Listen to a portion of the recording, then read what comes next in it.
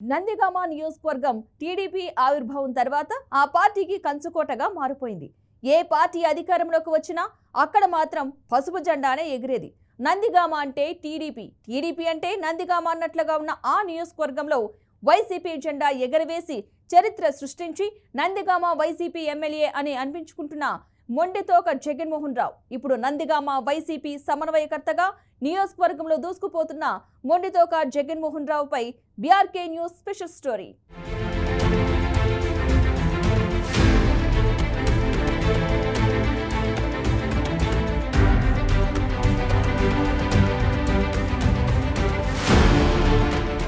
ఉమ్మడి కృష్ణా జిల్లాలో నందిగామ నియోజకవర్గం 1955లో ఏర్పాటైంది. టీడీపీ ఆవిర్భావం తరువాత ఆ పార్టీకి కంచుకోటగా మారిపోయింది.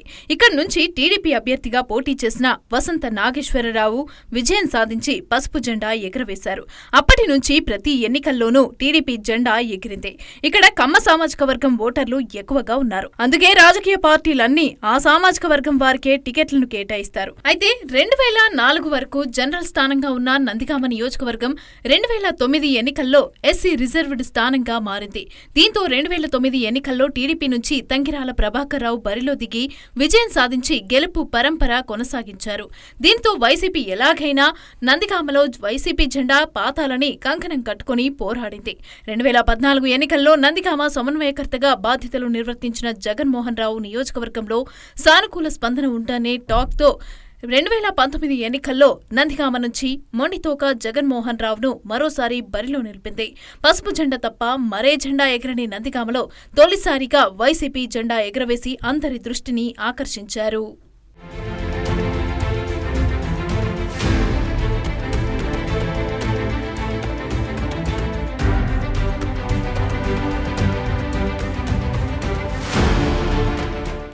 మొండితోక జగన్మోహన్ రావు నందిగామ రైతుపేటలో జన్మించారు. ఈయన గుంటూరు మెడికల్ కాలేజీలో 2005లో ఎండీ పూర్తి చేసి నియోజకవర్గంలో మంచి వైద్యుడిగా గుర్తింపు తెచ్చుకున్నారు. కాంగ్రెస్ పార్టీ నుంచి తన రాజకీయ ప్రస్థానాన్ని ప్రారంభించిన మొండితోక అనంతరం వైసీపీలో చేరారు. 2019 ఎన్నికల్లో తన ప్రత్యర్థి తంగిరాల సౌమ్యను ఓడించి 10,881 ఓట్ల మెజార్టీతో విజయం సాధించారు. టీడీపీ కంచుకోటలో వైసీపీ జెండా ఎగరవేసి చరిత్ర సృష్టించారు. జగన్మోహన్ రావు ఎమ్మెల్యేగా ఉన్న సమయంలో నియోజకవర్గంలో అభివృద్ధికి బాటలు వేశారనే టాక్ ఉంది. ఇక సీసీ రోడ్లు, వీధి దీపాలు, తాగునీరు లాంటి సమస్యలు తీర్చడంలో ముందున్నారని అంటారు స్థానికులు. పార్టీ కార్యకర్తలకు అందుబాటులో ఉంటూ పార్టీని బలోపేతం చేశారని కార్యకర్తలు అంటున్నారు.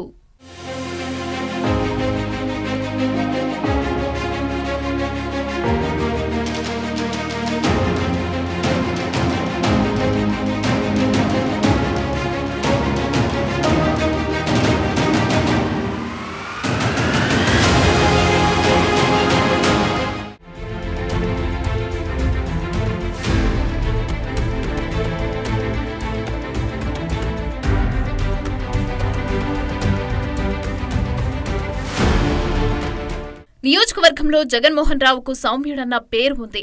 సంక్షేమ పథకాల అమల్లో పూర్తి స్థాయిలో సక్సెస్ అయ్యారని అంటారు స్థానికులు. గడప గడపకు కార్యక్రమంలో ప్రజలతో మమేకమయ్యారని నియోజకవర్గంలో టాక్ ఉంది. నియోజకవర్గంలో మరింత బలం పెంచుకునేందుకు జగన్మోహన్ సోదరుడు అరుణ్ కుమార్ కు ఎమ్మెల్సీ పదవిని ఇచ్చారు జగన్.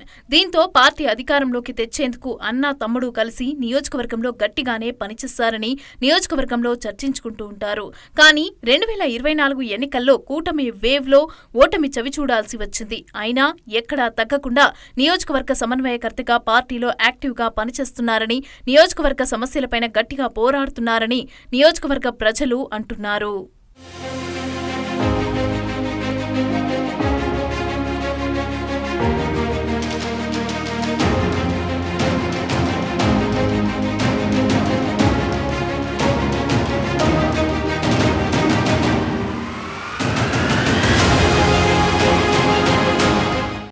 కంచుకోటలో గెలిచి సత్తా చాటిన మొండితోక జగన్మోహన్ రావు 2024 ఎన్నికల్లో చెతికలపడ్డానికి కారణమేంటి?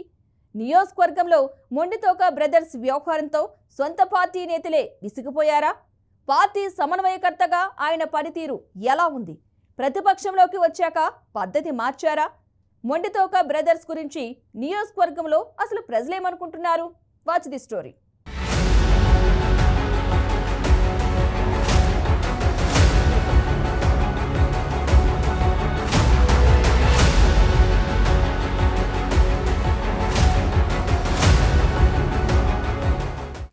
ఆవిర్భావం తరువాత ఆ పార్టీకి కంచుకోటగా మారిన నందిగామ నియోజకవర్గంలో 2019 ఎన్నికల్లో వైసీపీ జెండా ఎగరవేసిన మొండితోక జగన్మోహన్ రావు 2024 ఎన్నికల్లో ప్రత్యర్థి తంగిరాల సౌమ్య చేతిలో ఓడిపోయారు. ఇప్పుడు నందిగామ వైసీపీ సమన్వయకర్తగా ఆయన పార్టీలో ఆశించినంత స్థాయిలో పనిచేయలేకపోతున్నారనే విమర్శలు కూడా వినిపిస్తున్నాయి.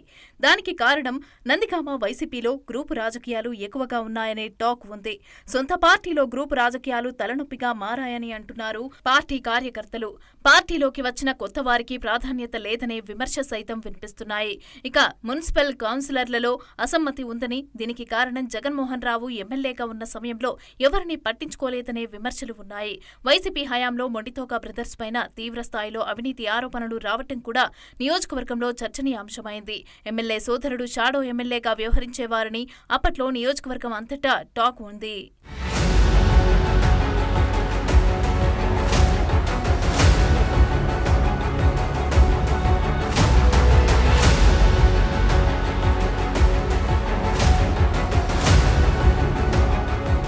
పేరుకే ఎస్సీ రిజర్వ్డ్ నియోజకవర్గం. సంఖ్యాపరంగా చూస్తే నందిగామలో కమ్మ సామాజిక వర్గానిదే అప్పర్ హ్యాండ్. ఆ తర్వాత ప్లేస్ మాత్రం ఎస్సీ ఎస్టీలదే. 41,000 కమ్మ ఓటర్లు, 32,000 మాదిగ ఓటర్లు ఉన్నారు. ఇక అందుకే వైసీపీ కానీ అలాగే టీడీపీ కానీ మాదిగ సామాజిక వర్గానికి చెందిన నేతలకే టికెట్ కేటాయించారు. గత ఎన్నికల్లో అన్ని వర్గాలను ఆకట్టుకోవడంలో సక్సెస్ అయ్యారు వైసీపీ అభ్యర్థి మొండితోక. కానీ 2024 ఎన్నికల్లో కమ్మ సామాజిక వర్గం ఓటర్లు ఎమ్మెల్యేకు కాస్త దూరంగా ఉన్నట్టు వినికిడి. కమ్మ ఆధిపత్యంలోనే ఇక్కడ వరుసగా టీడీపీ గెలుస్తూ వచ్చింది.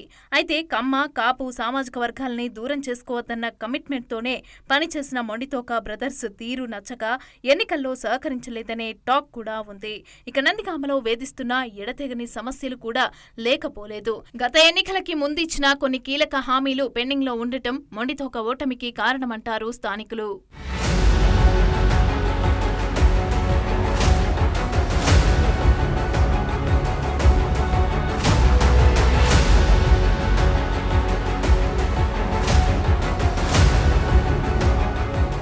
డ్రైనేజ్, తాగునీటి సమస్యపైన ఎమ్మెల్యేగా ఉన్న సమయంలో మొండితోక జగన్మోహన్ రావు గ్రామస్తులు నిలదీయటం అప్పట్లో హాట్ టాపిక్ గా మారింది. అంతేకాదు నియోజకవర్గంలో పర్యటిస్తున్న సమయంలో రాజధాని ఏదంటూ స్థానికులు ప్రశ్నించగా దానికి బదులు ఇస్తూ నాకు తెలియదంటూ ఆగ్రహం వ్యక్తం చేయటం అప్పట్లో సొంత పార్టీ నేతలను సైతం ఆశ్చర్యానికి గురిచేశాయి.